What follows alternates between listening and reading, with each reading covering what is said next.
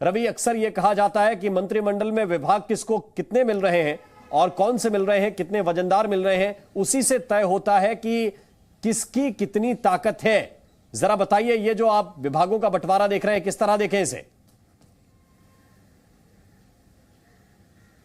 नहीं, देखिए, ये बात पहले से तय थी कि कहीं ना कहीं आरजेडी का टेक ज्यादा होगा मंत्रालय में। जो सबसे ज्यादा चर्चा थी कि क्या गृह मंत्रालय आरजेडी को दिया जा सकता है, जिस बात की चर्चा थी। लेकिन जो हमें खबर मिली है, जानकारी मिली है कि नीतीश कुमार ने लालू यादव से इस मसले पे बात की थी, क्योंकि आरजेडी चाहता था कि गृह मंत्रालय उसको मिले।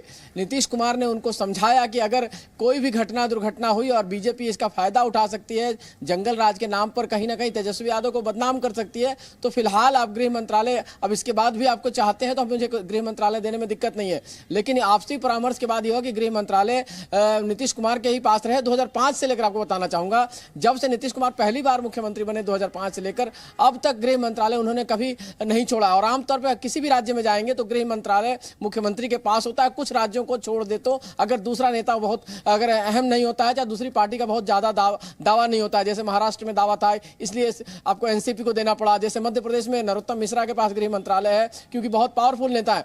तो यहां पे गृह मंत्रालय नीतीश कुमार ने अपने पास रखा।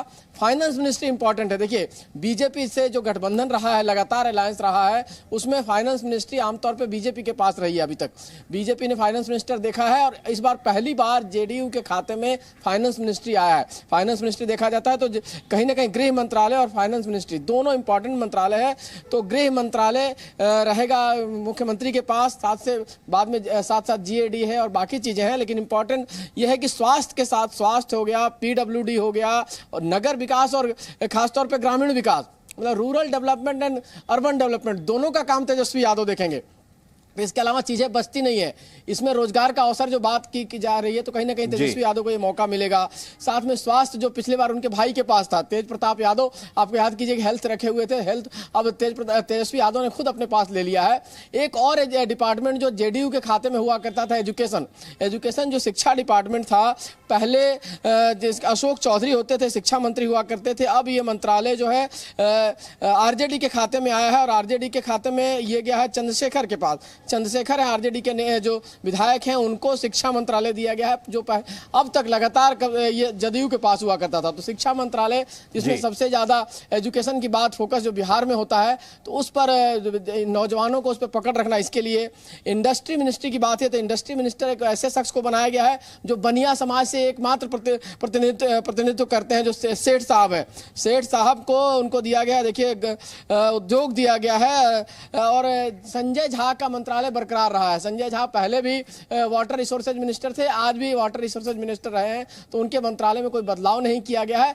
एक तरह से देखा जाए तो जो जेडीयू खाते के मंत्री थे, जो विभाग उनके पास पहले था, ज्यादातर उनको मिला है। जो एक तरह से कहा जाए प्रमोशन जो है वो विजय कुमार चौधरी का है, उनको फाइनेंस में मिला है, उनको वाणिज्य कर में मिला है और संसदीय कार्य मंत्री भी उनको बनाया गया है। विजेंद्र यादव जो है उनको ऊर्जा पावर मिनिस्ट्री, साथ साथ योजना और विकास दिया गया। दो इंपॉर्टेंट मंत्रालय जेडीयू के खाते में गया है। उसके बाद ज्यादातर जो मंत्रालय जिसका जनता से कनेक्ट है, देखिए अर्बन डेवलपमेंट मिनिस्ट्री हो गया, चाहे रूरल डेवलपमेंट मिनिस्ट्री हो गया, चाहे पीडब्ल्यूडी हुआ, सड़क बनाने का काम आप जानते हैं कितना इंपॉर्टेंट काम होता है। नितिन गडकरी कितना पॉपुलर है सिर्फ सड़क बनाने के काम की वजह से, और हर जगह सड़क बनाने का काम जो होता है इस वजह से जो दिखता है, खासतौर पे सड़क बनाने का काम। बिल्कुल रवि, इस पर आगे चर्चा करेंगे कि विभागों के बंटवारे में किसको क्या मिला है और क्या क्या फायदा हुआ है। उससे पहले आपने जो जीतन राम मांझी से बातचीत की है वो दर्शकों को सुनवाते हैं। जीतन राम मांझी जी, पूर्व मुख्यमंत्री हमारे साथ। मांझी जी, मंत्रिमंडल जो बना है 31 का, आपको लगता है सबका रिप्रेजेंटेशन हुआ है और बढ़िया काम होने वाला है आगे? देखिए, नीतीश कुमार ऐसे प्रतिनिधि हैं, ऐसे नेता हैं, उनको सबका ख्याल है और इस मंत्रिमंडल में भी सबका ख्याल रखा गया है।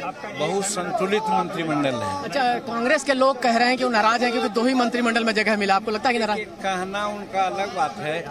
जब 11 पर 1 होता है और जब हम लोगों का टोटल स्ट्रेंथ है 242 और हम 32-36 से ज्यादा नहीं हो सकते हैं, तो फिर उनको 19 में 5 कैसे होगा? ये कौन कैलकुलेशन? 2024 में प्रधानमंत्री बनाना है नीतीश कुमार को, ऐसा है क्या? देखिए, नीतीश कुमार हर चीज के लिए लायक हैं, योग्य हैं। अब वो समय है कि वो चाहेंगे नहीं चाहेंगे, क्या परिस्थिति है, 2024 अलग बात है। लेकिन नीतीश कुमार हर पद के लायक है। मांझी जी, एक बड़ा दबाव हो रहा है और बात चल रही है रोजगार की। 10 लाख रोजगार की बात तेजस्वी जी ने कहा था। आपको लगता है इस सरकार में रोजगार एक बड़ा चीज है, मुद्दा है और उसको आपको सोल्व करना होगा? निश्चित रूप में है, रोजगार मिलेगा। नौकरी और रोजगार में फर्क है। बहुत से रोजगार सृजित किए जा रहे हैं। और तो पूर्व मुख्यमंत्री जीतन राम मांझी की बात आपने सुनी। अब पूर्व मुख्यमंत्री राबड़ी देवी की भी बात सुनिए, उनसे भी बात की है रवि त्रिपाठी ने। तेज प्रताप यादव जी, तेज प्रताप जी, आपने मंत्री के तौर पर शपथ ली है, क्या प्रायोरिटीज रहेगी, क्या करना चाहेंगे आप? जो जिम्मेवारी मिलेगा उसको पूरा किया जाएगा। जैसे आपने स्वास्थ्य किस तरीके से मंत्रालय पिछले बार खुद मंत्रालय आपके साथ कवर किया था तेज प्रताप, हमने क्या पूरे मंत्रिमंडल को आपका आशीर्वाद है? क्या मंत्रिमंडल पूरा आशीर्वाद है। क्या चाहेंगे, सरकार क्या करे? सरकार अच्छा से चलाएगा, मजबूती के साथ चलेगा, रोजगार सबको मिलेगा? सबको मिलेगा। नीतीश जी तो कहें कि 10 लाख नहीं 20 लाख रोजगार देना है। सरकार है, नीतीश कुमार देवे करेंगे, जरूर देंगे। और जब राष्ट्रीय जनता दल के साथ आए हैं, सब पार्टी के एक हम लोग हैं, कांग्रेस है, हम लोग हैं, CPI, सब एकजुट है, एकजुट सब कोई सरकार अच्छा से प्रधानमंत्री चलाएगा। बनाना। प्रताप यादव जी, तेज प्रताप जी, आपने मंत्री के तौर पर शपथ ली है, क्या प्रायोरिटीज रहेगी, क्या करना चाहेंगे आप? जो जिम्मेवारी मिलेगा उसको पूरा किया जाएगा।